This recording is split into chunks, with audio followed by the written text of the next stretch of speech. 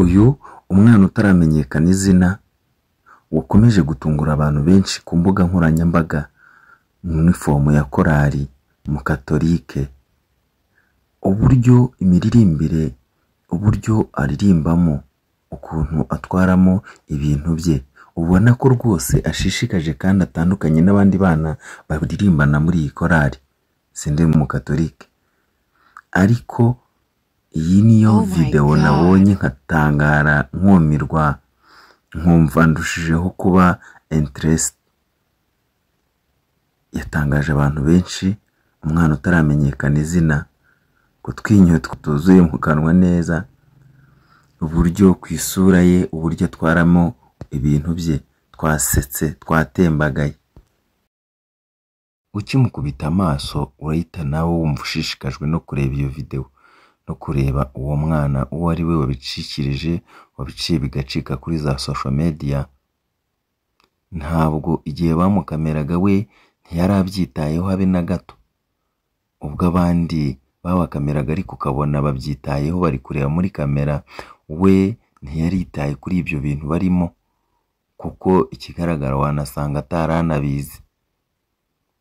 Uyu mwana yakomeje gutungura abantu benshi cyane bitandukanye kuri social media, aho kanze hose, haba Facebook, haba WhatsApp, haba na TikTok, urasanga video y'uyu mwana arimo yiririmbira mu rusengero, mu kiliziya.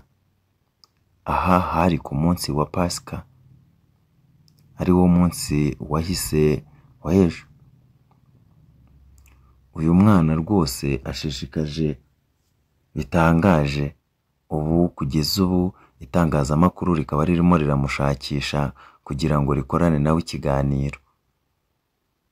Nawe ukimukubita amaso urabona ko atangaje, kandi urashishikazwa no gukomeza kureba video ye ku buryo utahagarika kuyikuraho amaso.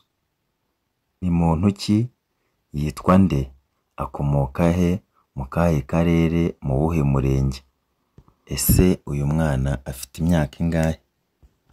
Akomoka mu wuhe muryango? Abaye hate? Ese ni umunyeshuri? Yiga he, cyangwa se ni imfubyi y'ikigo ibarizwa mu bigo by'abakatolike? Komeza kumenya byinshi kuri we.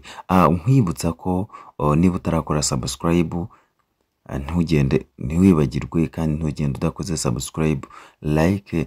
Wowe ni ikihe gitekerezo? Ni iki uvuga ugikubita amaso iyi foto, ugikubita amaso uyu mwana, cyangwa se iyi video yakomeje kubica bigacika?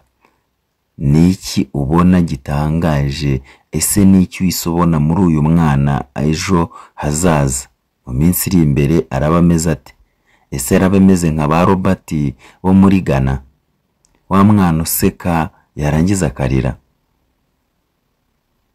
Vuga nawe uko ubona future y'uyu mwana ngo iteye ite? Biratangaje. Reka twongere twihere ijisho ino video y'uyu mwana arimo aririmba.